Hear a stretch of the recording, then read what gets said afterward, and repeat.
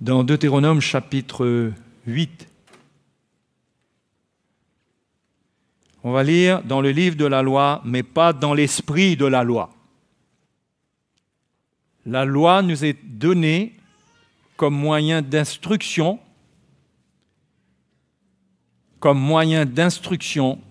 pour compléter notre compréhension de la nouvelle alliance, pour nous aider par les ombres, les images, les types qui sont dans l'ancienne alliance. Ces choses sont là, non pas pour nous faire pratiquer ces choses directement, parce qu'elles ne nous concernent pas, elles ne nous concernent plus, mais pour nous montrer par des ombres, par des images, comme des paraboles, pour nous montrer ce qui nous concerne sous la nouvelle alliance. C'est pourquoi je vous dis qu'on va lire la loi, mais pas dans l'esprit de la loi, mais dans l'esprit de la grâce. Amen. OK? Bon. N'oubliez pas de participer avec moi, sinon nous allons nous acheter 300 paires d'oreillettes dans lesquelles il y aura quelqu'un qui va vous souffler. Dites Amen maintenant. Ça ne serait pas bien, hein?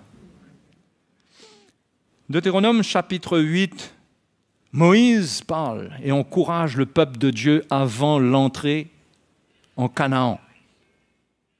Il leur donne des avertissements et les exhorte et leur explique pourquoi ils ont passé tout ce chemin qu'ils viennent de passer là. Ce qu'ils devaient comprendre, quel est l'enseignement que Dieu veut donner à son peuple, qui est parmi les plus importants, si ce n'est pas le plus important. On va lire cela. Vous observerez et vous mettrez en pratique tous les commandements que je vous prescris aujourd'hui, afin que vous viviez et que vous multipliez et que vous entriez en possession du pays que l'Éternel a juré de donner à vos pères. Notre pays à nous, ce n'est pas Canaan comme c'était le cas pour le peuple d'Israël.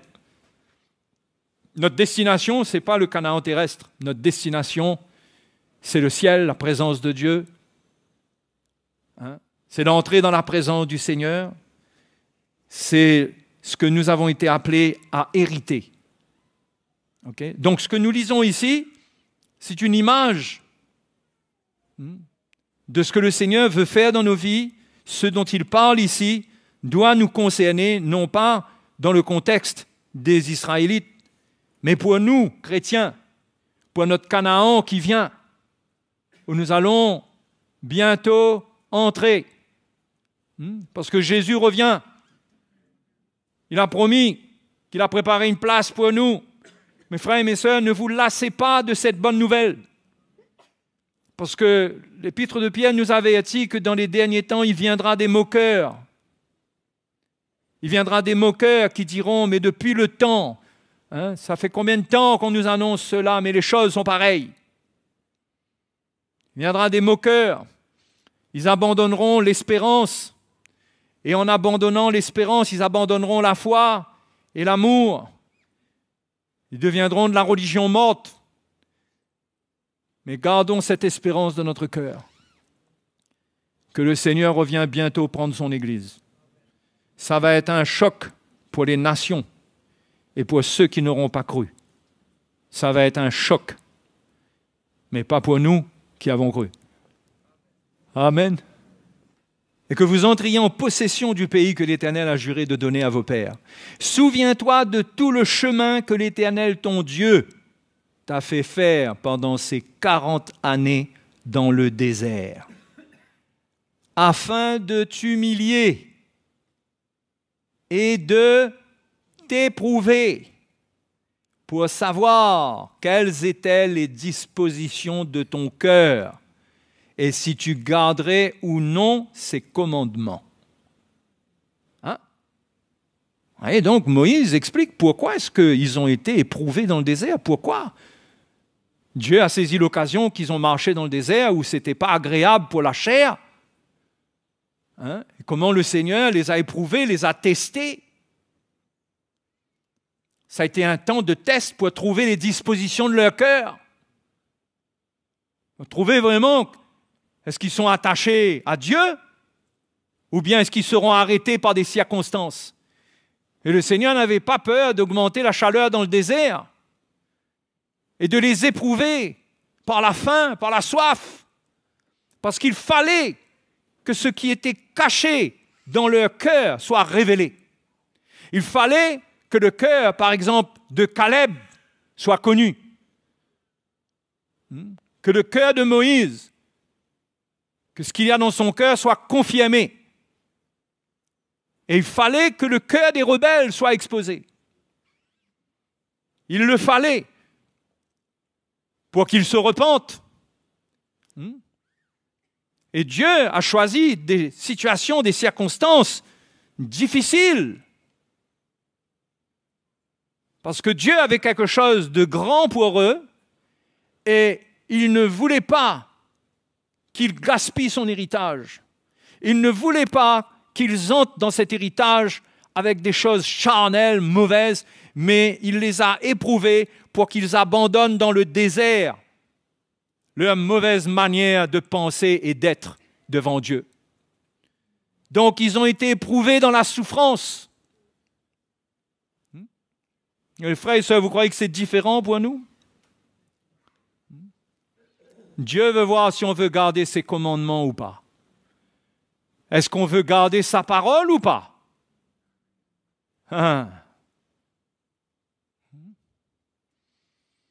Il t'a humilié, il t'a fait souffrir de la faim. Et là, on est loin de « L'Éternel est mon berger, je ne manquerai de rien, et mon Dieu pourvoit tous mes besoins ». Ça ne veut pas dire que ce n'était pas vrai pour eux. Mais ce n'était pas le temps pour eux d'avoir tout ce qu'ils désiraient. Dans ce temps-là, au fait, c'était dangereux pour eux d'avoir ce qu'ils voulaient. Parce qu'ils ont tellement murmuré devant Dieu concernant la manne qu'il y a un moment où Dieu a envoyé des cailles. Vous connaissez cet épisode? Pour leur donner la viande qu'ils avaient demandée. Mais pendant qu'ils mangeaient dans la convoitise, le jugement est tombé sur eux. Quand c'est le temps pour nous d'être éprouvés, il faut accepter d'être éprouvés. Parce qu'il faut que Dieu traite notre vie. Ça fait mal.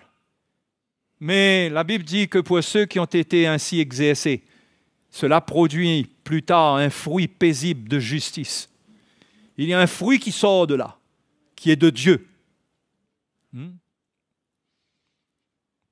Donc, il t'a humilié, il t'a fait souffrir de la faim, il t'a nourri de la manne que tu ne connaissais pas et que n'avaient pas connu tes pères.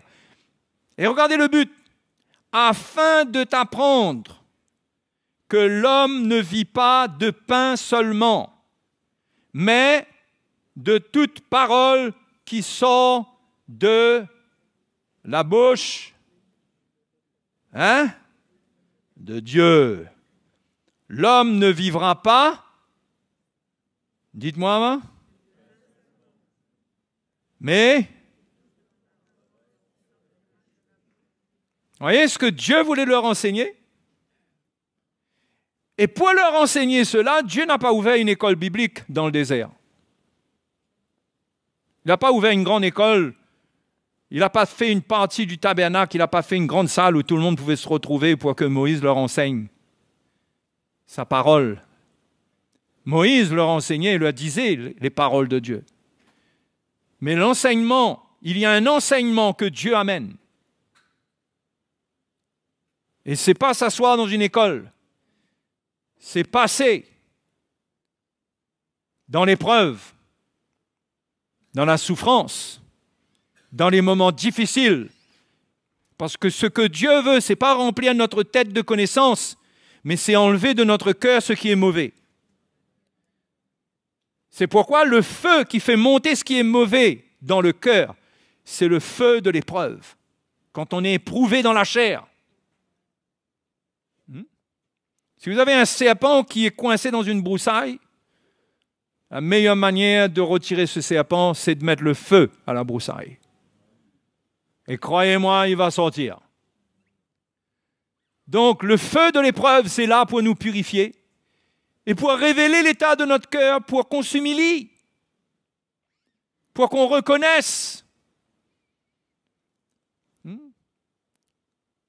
qu'on ne se cache pas derrière notre départ de l'Égypte, qu'on ne se cache pas derrière rien d'autre, derrière rien. Quand on est dans le désert, ils étaient une grande foule, mais chacun faisait face à ce qui l'animait. Chacun. C'était le temps d'être humilié, d'être éprouvé.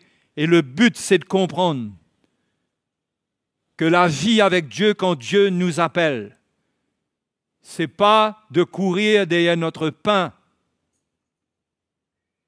Ce n'est pas ça seulement. Mais c'est de nous nourrir de toute parole qui sort de la bouche de Dieu. Parce que ce qui nous sauve, c'est la parole qui sort de la bouche de Dieu. Ce n'est pas la nourriture qu'il nous donne chaque jour. C'est clair pour vous, ça?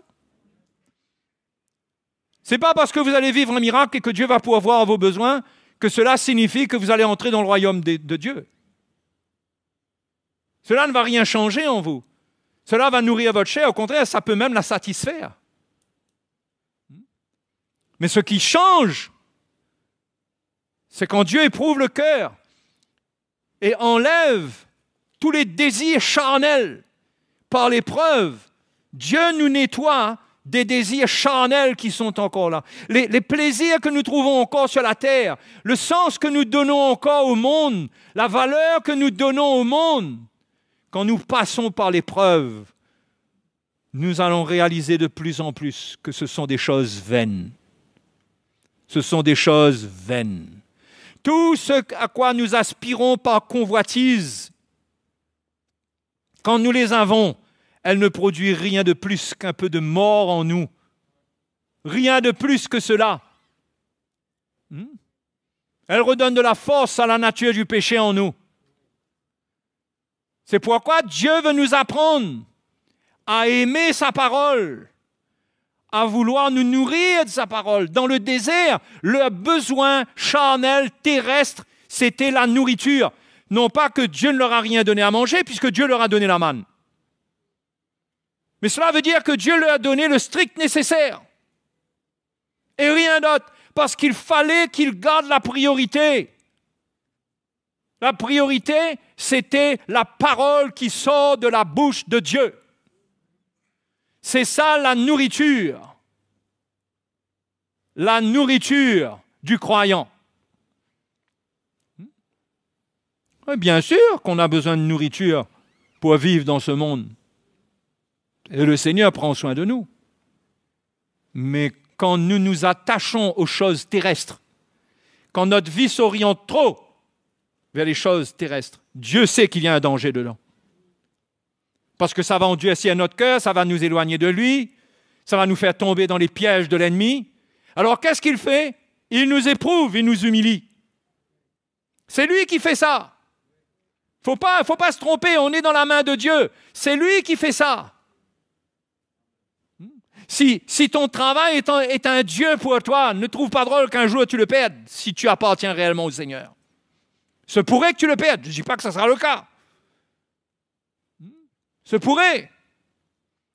Parce que ce qui compte pour Dieu, c'est de t'apprendre que sa parole est plus importante que de se nourrir des choses de la terre. Ce qui veut dire quoi? Ce qui veut dire que la parole de Dieu nous est donnée non pas pour les choses terrestres.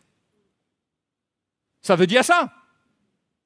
Si Dieu dit qu'afin que tu apprennes à comprendre que l'homme ne se nourrit pas de pain seulement, mais de toute parole qui sort de la bouche de Dieu. S'il dit cela, il veut bien montrer que le reste n'a pas d'importance.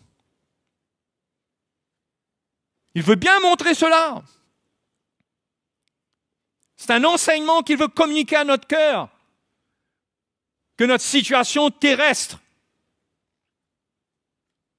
n'a pas de valeur à ses yeux. Notre carrière notre niveau social, et toutes ces choses qui peuvent être une occasion de chute pour nous, qui nous rendent orgueilleux, qui nous rendent orgueilleux. L'homme est comme ça. Celui qui va faire ses courses et qui peut remplir 3 caddies, ils sont tellement fiers. Il y a quelque chose en lui qui lui dit « Waouh, ça va pour toi. »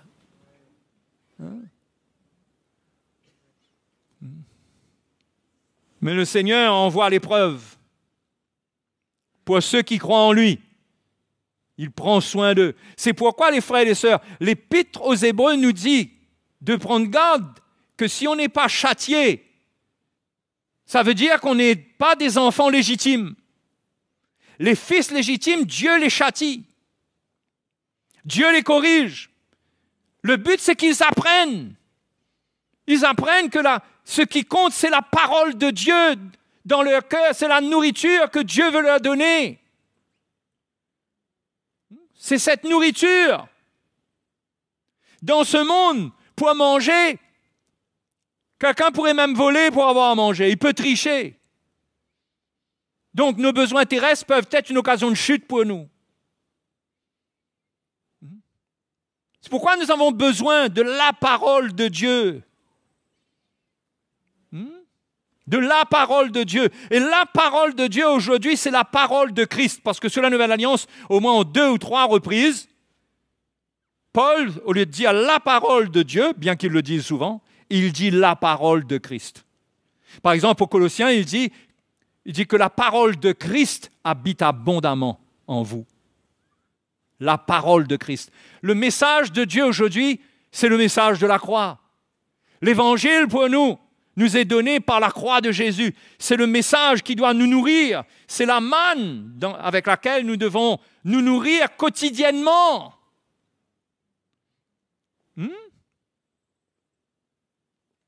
Et c'est dangereux quand on n'expérimente pas du tout le châtiment du Seigneur qui nous éprouve, qui nous corrige. Parce que c'est ce qu'il est dit ensuite. Reconnais en ton cœur que l'Éternel, ton Dieu, te châtie comme un homme châtie son enfant. Voyez? Quand on est un enfant de Dieu, Dieu nous châtie. Comment est-ce qu'il nous châtie? Est-ce qu'on comprend le châtiment ici? Quel est le but du châtiment? C'est d'exposer les dispositions de notre cœur par une souffrance. Dieu nous reprend. Ce n'est pas seulement sa parole qui nous reprend, mais c'est les circonstances. Parce que notre cœur s'éloigne de lui. Il ramène notre cœur par une souffrance pour qu'on s'attache à lui. Parce que ceux qui sont les fils de Dieu, légitimes, quand ils souffrent, ils ne se détachent pas de Dieu. Ils s'attachent encore plus à lui. Et c'est aussi de cette manière que la séparation viendra. Parce que ceux qui vont être éprouvés dans les derniers temps et qui ne sont pas des fils légitimes, ils ne supporteront pas la souffrance. Ils iront chercher un Dieu qui ne les fait pas souffrir. Ils ne vont pas accepter un Dieu qui les fait passer par l'épreuve. Ils vont vouloir d'un Dieu qui leur donne la viande dans le désert, pas la manne. Mais toutes ces choses illustrent des vérités concernant l'œuvre de Dieu.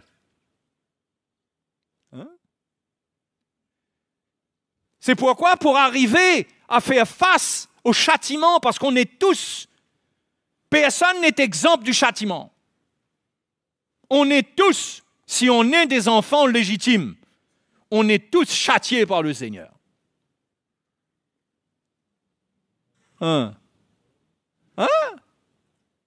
Si vous n'êtes pas châtiés par le Seigneur, l'Épître aux Hébreux dit, vous n'êtes pas des enfants légitimes. Vous êtes un mélange de la religion avec la tradition, avec je ne sais trop quoi, mais vous n'êtes pas un enfant légitime, vous n'êtes pas né de nouveau. Il y a quelque chose en vous que vous refusez de lâcher qui vous disqualifie. Mais celui qui est authentique, quand il est éprouvé, il s'approche de Dieu. Celui qui n'est pas vrai, quand il est éprouvé, il s'éloigne de Dieu. C'est comme ça que ça va se passer. C'est comme ça que ça se passe aujourd'hui, tous les jours, dans le corps de Christ. Dieu nous éprouve les uns et les autres. Comment allons-nous être trouvés? Dans quelle disposition de cœur? Nous allons obéir ou nous allons rejeter la parole de Dieu? Parce que si nous rejetons la parole de Dieu, nous ne pourrons pas faire la traversée du désert.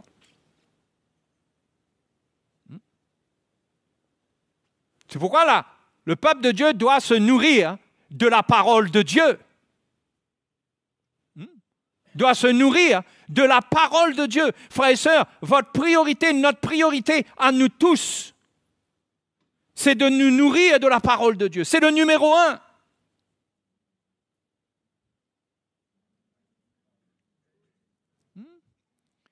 Et de se nourrir de cette parole, ce n'est pas juste lire la Bible. Mais à la base, c'est recevoir la révélation de cette parole pour pouvoir ensuite se nourrir de cette parole. Parce que c'est comme si que tu dis que le riz, c'est bon pour la santé. D'accord? Vous lisez dans le manuel que le riz est bon pour la santé. C'est un exemple. Hein? C'est pas sûr que le riz soit bon pour la santé. C'est un exemple. Vous lisez et vous êtes d'accord, vous dites Amen. Mais vous n'avez pas la recette pour faire cuire ce riz-là. Vous comprenez? Alors vous risquez de le manger sec, ce qui sera pénible. Vous avez besoin de la recette des frères et sœurs. Et la recette, elle vous est donnée par ceux que Dieu oint et choisit pour vous enseigner les voies de Dieu, pour que quand vous lisiez la recette, vous puissiez, quand vous lisez que ça c'est bon pour votre santé, vous allez savoir comment faire. Sinon, vous allez appliquer des choses qui sont écrites au hasard et cela va vous faire plus de mal que de bien. Voilà comment il faut vous nourrir de tout ce qui sort de la bouche de Dieu, en étant enseigné. Et pendant que vous êtes enseigné, vous mettez en pratique, avec les recettes qui vous sont données, les préceptes. Paul parle de préceptes aux Thessaloniciens. Nous vous avons donné des préceptes. On emploie le mot recette. Mais sur le plan spirituel, c'est les préceptes que nous vous avons donnés. Il y a trop de chrétiens qui essayent de cuire leur nourriture eux-mêmes aujourd'hui. Et ils ne prennent pas goût, parce que c'est Dieu qui enseigne comment obtenir toute la saveur qu'il y a là-dedans et retirer toutes les vitamines, les enzymes, les minéraux, les oligo-éléments. Vous vous doutez bien que j'ai lu quelques articles sur ces choses-là quand je dis ça. Mais vous ne pouvez pas, juste parce que vous savez que quelque chose est bon pour la santé, foncer dessus. C'est pourquoi aujourd'hui, les livres, la Bible est partout, extraordinaire. Mais beaucoup lisent cela à leur manière. Certains veulent pratiquer l'Ancien Testament sans comprendre qu'il ne faut pas pratiquer l'Ancien Testament. On est sous la Nouvelle Alliance. On fait tout un mélange, on est légaliste. Et on digère mal, et on est malade. Et ce qui devrait nous faire du bien, finalement, nous rend malades. Parce qu'on n'a pas la recette. Et frères et sœurs, la recette commence avec le message de la croix, la révélation de la croix. Quand on part de là, on part sur une base où la science qui est dedans nous est donnée. Pas comme une connaissance que c'est bon, mais la science pour expérimenter la puissance qu'il y a dedans nous est donnée. Ces trésors de la science qui sont cachés en Christ, qui ne sont pas révélés naturellement à l'homme, mais qui sont révélés par la grâce de Dieu, par le Saint-Esprit. Et ces trésors sont révélés par les ministères. Paul parle de lui en tant qu'apôtre. Il dit comment il a eu une intelligence de Dieu pour exposer, pour révéler l'Évangile. Et quand le peuple de Dieu se nourrit par la recette qu'il a amenée, le peuple de Dieu est nourri, le peuple de Dieu est en bonne santé. Ceux qui refusent la recette, ils tordent le sens des Écritures, ils en font leur recette avec pour conséquence des gens qui sont malades.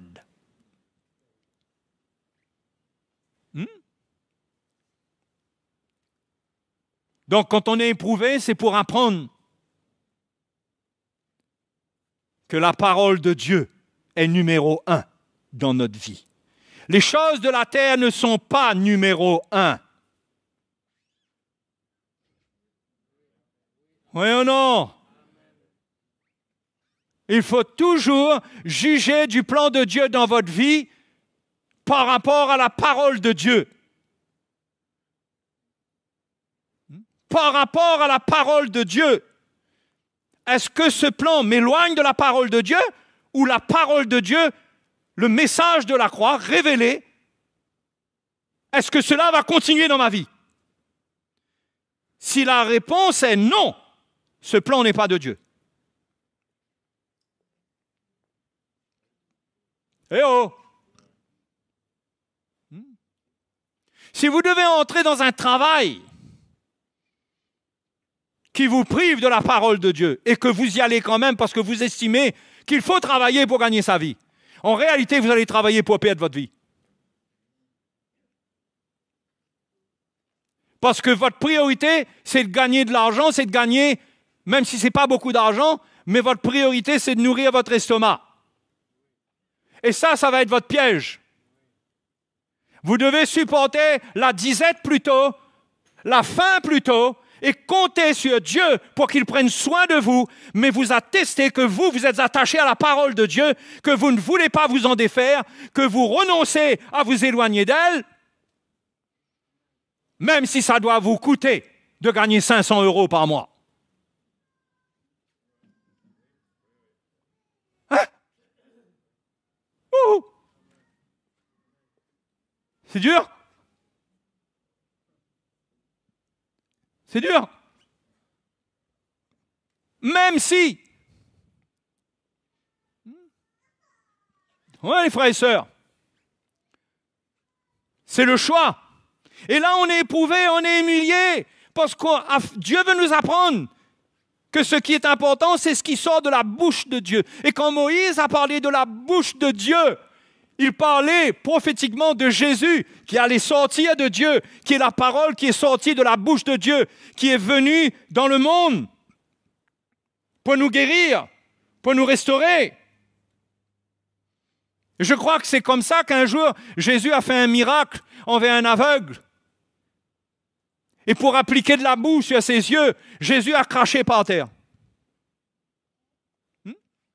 Il a craché.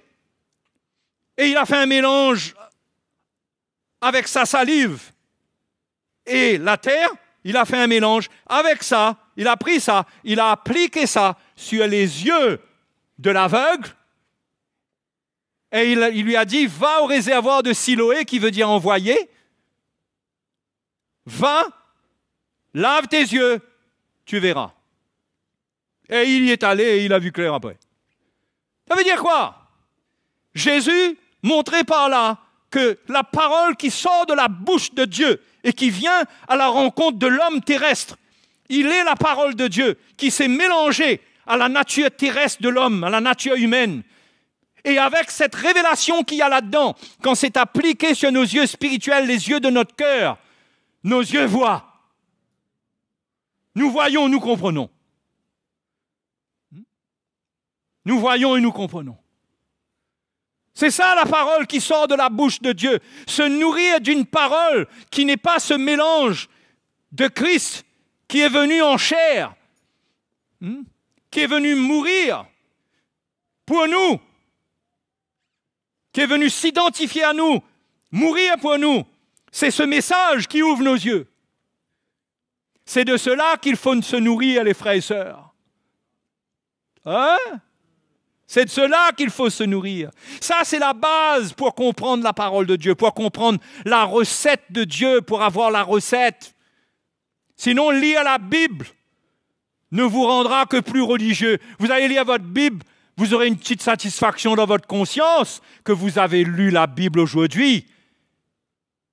Mais si cette lumière-là n'est pas là, vous n'arriverez pas à extraire les vitamines et les minéraux et les oligo-éléments et les enzymes. Tout ce qu'il y a dedans. Vous allez mâcher de la nourriture qui va vous tourner le ventre. Mais je vais vous dire une chose, moi. Ceux qui acceptent la recette, on les voit grandir. On les connaît dans l'esprit. On sait ce que ça fait dans leur vie. On sait combien de choses dont ils se séparent. On ressent qu'ils grandissent dans l'esprit. Moi, je veux vous défier tous, que tout le monde, on arrête d'essayer d'appliquer nos petites recettes. Hein? Mon frère, je suis libre. Ben, bien sûr, tu es libre. Le point n'est pas là. Tu es libre. Normalement, tu ne devrais même pas dire cela parce que tu es libre d'obéir. Tu n'es pas libre de désobéir quand même. Et sachez une chose, les frères et sœurs. La recette nous fait expérimenter des miracles. Nous donne une bonne santé spirituelle. Fait de nous des chrétiens stables, mûrs, solides pour l'avenir, pour ce qui vient. Mettra en nous le cœur de Dieu pour tous ceux qui ne sont pas encore sauvés et que Dieu va emmener dans sa maison. Fera de nous des ouvriers pour Dieu et non pas des malades en convalescence qui attendent encore la guérison, mais des gens qui sont restaurés, qui sont guéris, parce qu'ils ont pris la recette de Dieu. Hein? Amen. Donc, on comprend un peu mieux le châtiment du Seigneur. Et c'est de ce châtiment que Hébreux 12 nous parle, que l'auteur parle aux Hébreux. Parce que dans le désert, ils ont endurci leur cœur. Ils avaient endurci leur cœur. C'est pourquoi, quand est arrivé le moment pour entrer, ils ne sont pas entrés. Attention, les frères et sœurs, c'est un avertissement pour nous. Quand est arrivé le moment pour entrer, ils n'ont pas pu entrer. Et la Bible dit, craignez donc que quelques-uns d'entre vous n'étant arrivés trop tard, vous n'entrez pas dans le repos. Ils n'ont pas pu entrer. Leur cœur était endurci. Leur cœur est endurci par rébellion, parce qu'ils n'ont pas choisi la parole de Dieu. Ils s'entêtaient à réclamer à Moïse de l'ail, des oignons de l'Égypte, de la viande, et ils murmuraient, et ils se battaient contre Moïse, ils organisaient de la rébellion, ils parlaient dans le dos de Moïse et de Aaron, ils étaient dans toutes sortes de mauvaises œuvres, et Dieu les a laissés arriver à la frontière. Mais quand ils sont arrivés à la frontière, Dieu les a renvoyés dans le désert. Ils ne sont pas entrés, ils sont morts dans le désert. Vous savez combien de chrétiens n'arriveront pas à entrer, mais mourront dans le désert? Oui. Ceux qui sont rebelles. Ceux qui ont crié « Alléluia, Jésus, tu m'as sauvé » et qui au final endurcissent leur cœur, ne veulent pas pardonner, ne veulent pas se repentir, ils veulent vivre leur vie pour eux, ils ne veulent pas porter de fruits, ils sont stériles, ils sont oisifs. Ce sont des avertissements pour nous, mes frères et mes sœurs. Et je crois que moi, je ne veux pas faire partie de ceux qui font rêver le peuple de Dieu. Non. Non, non, non. Je renonce, je refuse cela. D'avoir un peuple devant moi à qui je parle et qui sont flattés et qui sont encouragés, qu'il n'y aura pas de problème. Non, il y aura des problèmes. Il faut s'assurer qu'on est en train d'obéir à la parole de Dieu pour entrer. Amen. Amen. Donc, frères et sœurs, il y a encore des temps d'épreuve. C'est pourquoi ceux qui sont dans le ministère, la Bible dit qu'ils sont éprouvés. Paul parle de Timothée comme un homme qui a été éprouvé. Paul dit concernant les diacres, éprouve-les. Ça veut dire quoi? Trouve leur cœur. Avant de faire quoi que ce soit, quelles sont les dispositions de leur cœur? Est-ce que dans leur foyer, ils prouvent, ils montrent qu'ils sont pour la parole de Dieu? Etc., etc.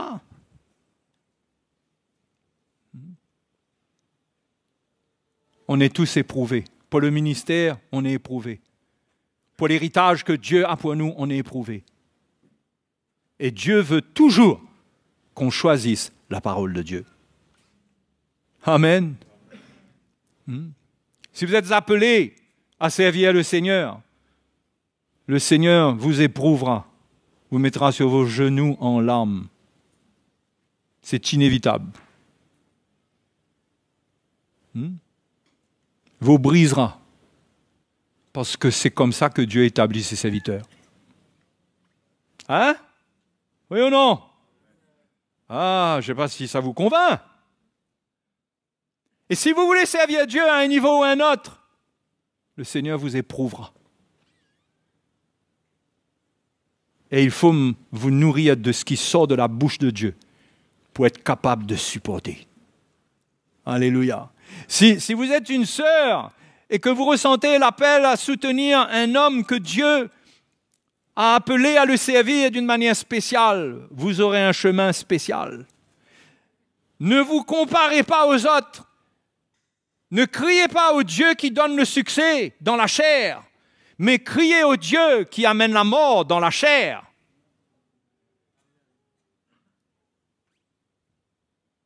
Si tu choisis la facilité, tu n'auras pas de profondeur. Tu auras des dispositions cachées qui resteront là et qui te trahiront un jour. Tu comprends? Parce que ton cœur est peut-être sincère. Vous savez, on est sincère quand on est chrétien. Moi, je crois. Je crois qu'on est quand même, bon, plus ou moins sincère, mais on est sincère, allons dire. Mais on ne sait pas qu'est-ce qui se cache en nous. On ne sait pas. Et ceux qui ne se laissent pas éprouver, ils découvrent ce qui est caché en eux quand c'est trop tard. Parce qu'en nous éprouvant, Dieu permet qu'on voit et qu'on sache qu'est-ce qui nous anime, qu'est-ce qui est en nous, qu'est-ce que lui, ses yeux voient au fond, que nous-mêmes nous ne voyons pas et que nous sommes là, Seigneur, comme Pierre, jamais Seigneur, je ne t'abandonnerai jamais. Tous vont t'abandonner, moi non. Il a été le premier à le faire. Pierre n'avait pas vu le fond de son cœur. Vous savez qu'est-ce qui a révélé son cœur? L'épreuve de la croix de Jésus. Et beaucoup de chrétiens découvrent trop tard ce qui est caché en eux et qui fait triompher l'iniquité et le péché et qui les fait tomber dans le piège du diable. Ils découvrent trop tard. Pourquoi? Parce qu'ils n'ont pas laissé la parole de Dieu. Ils n'ont pas assez mangé de la parole qui sort de la bouche de Dieu pour faire monter cette saleté, pour accepter que l'épreuve soit là, pour comprendre que ça, c'est le plan de Dieu, c'est le chemin de Dieu pour moi, l'accepter, et en même temps que les choses qui sont mauvaises sont exposées, que je me repente, que je cherche Dieu. Ceux qui n'acceptent pas cela et qui s'assurent une vie facile, ils découvriront un jour le serpent qui était caché dans la broussaille. Il faut laisser le Seigneur nous humilier, nous éprouver, nous montrer l'état de notre cœur. Et quand il le fait, attention d'accuser les autres. Attention de pointer le doigt vers les autres. Attention de ne pas voir la colère qui est en toi, c'est ta colère, ce n'est pas les autres. Attention de voir que ce qui t'anime, même s'il y a de l'injustice autour de toi, c'est l'état de ton cœur. Repens-toi. Ne justifie pas le péché pour être délivré. Et par devant, quand l'épreuve ultime va venir, ça ne va pas trouver. J'emploie le mot serpent, c'est très fort, mais c'est une image pour vous donner, parce que le mal est en nous, Paul le dit, dans la chair.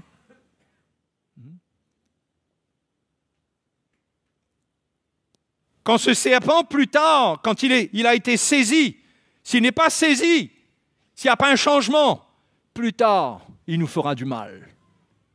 Et il fera du mal aux autres.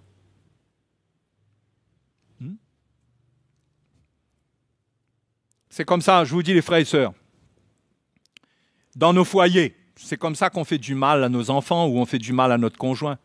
Parce que ce qui est mal en nous, qu'on ne laisse pas Dieu traiter, c'est ça qui agit dans la crise. C'est ça qui agit dans la crise.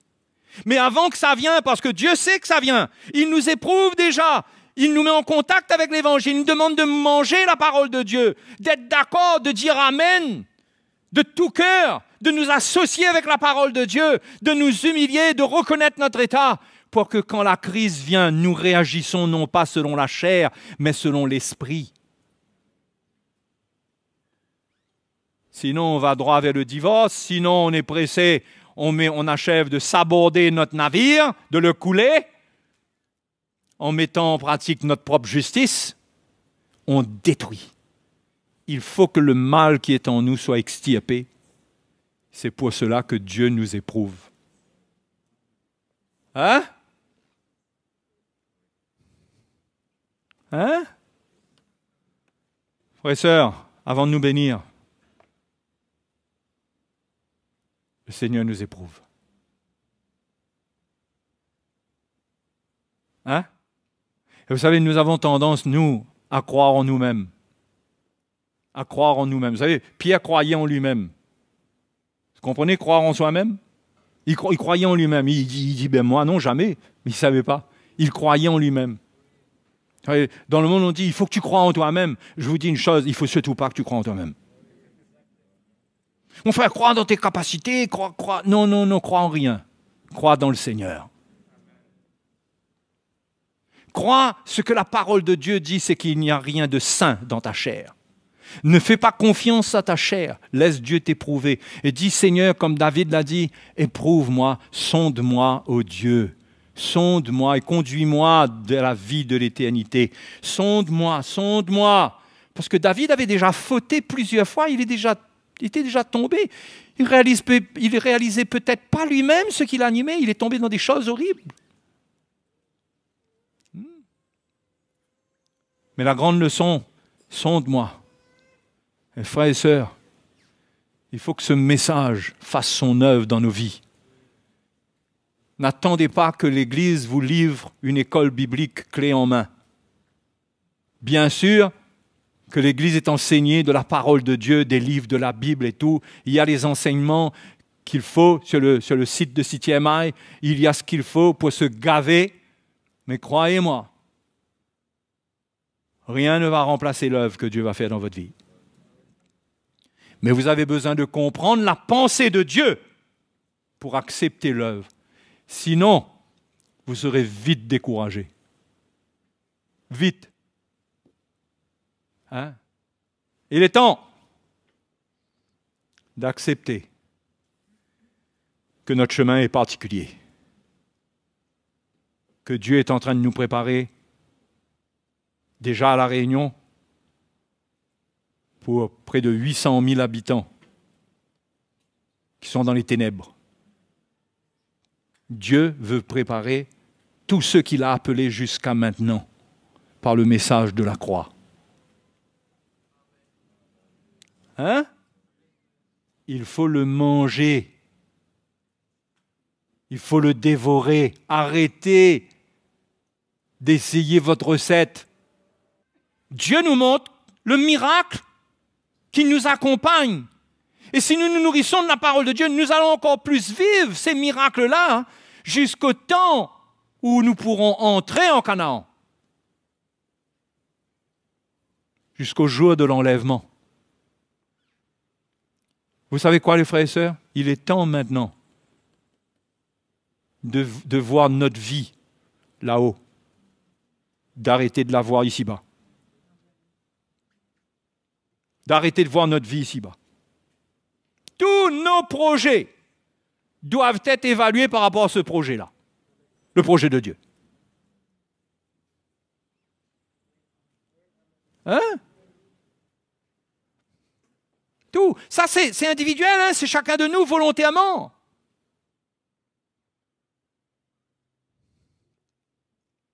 Quand je fais un pas dans une direction, je dois savoir est-ce que c'est un pas qui me garde vers la bonne direction ou c'est un pas qui me détourne de la direction. Qu'est-ce que ça fait dans ma vie? Ça peut être le mariage pour les futurs nouveaux mariés. Hein? Vous comprenez pourquoi le Seigneur ne veut pas que ses enfants se marient avec des gens qui ne le connaissent pas. Mais c'est clair, tu vas là-bas, lui ou elle va là-bas, ou j'irai même va là-bas. Mais qu'est-ce que tu es en train de faire avec ta vie? S'il y a un projet, on doit s'assurer que ce projet m'amène dans la direction en haut. Alléluia. Eh oh! Pour sortir de ce monde, aller à la rencontre du Seigneur. quel que soit le projet, je vous encourage à examiner ce projet par rapport à cette direction en haut. Je veux sortir de ce monde. C'est pourquoi Paul a dit aux Colossiens, ne vous attachez pas aux choses de la terre, mais à celles qui sont en haut. Il dit, car votre vie est cachée avec Christ en Dieu. Et lorsque Christ paraîtra dans sa gloire, vous aussi vous paraîtrez. Mais notre vie est cachée. Restons cachés en lui. C'est-à-dire que nous vivons en lui, dans sa mort, cachés dans sa mort et sa résurrection. Nous ne vivons plus pour nous-mêmes. Nous nous attachons aux choses qui sont en haut, pas à celles qui sont sur la terre. Et quand Christ paraîtra dans la gloire, nous entrerons avec lui. Notre futur Canaan, ce n'est pas Josué qui nous y fera entrer, c'est Jésus. C'est lui qui nous perfectionne en ce moment. C'est sa parole qui nous est donnée. Frères et sœurs, c'est le temps de donner la priorité à la parole de Dieu. Si vous avez compris en quoi consiste cette priorité, que j'ai parlé bien plus que de lire la Bible.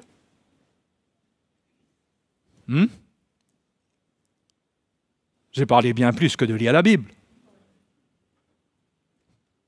Mais déjà, peut-être que vous ne lisez même pas la Bible. Et peut-être que vous n'êtes pas trop encouragé à lire la Bible parce que vous avez l'impression que vous n'allez rien en tirer.